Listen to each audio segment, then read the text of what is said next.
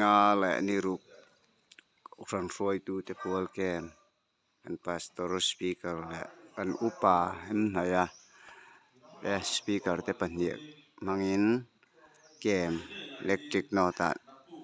pot sai nya chu ta chuan thian palom te nang an roi om ve hi kan ria na hmun ani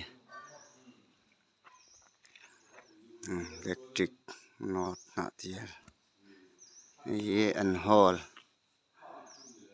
ani an huai zawk hi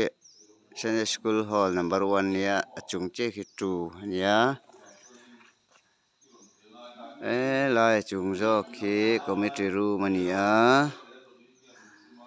hi an chauka ani la hen tui vot ta na te te kut sil na te oma en compound nia hi te hi biak in kan kem nei na hmun electric not bap BCM biak in electric not na tia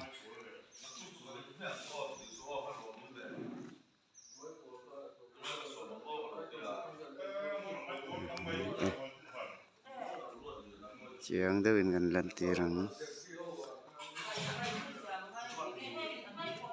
hi electric not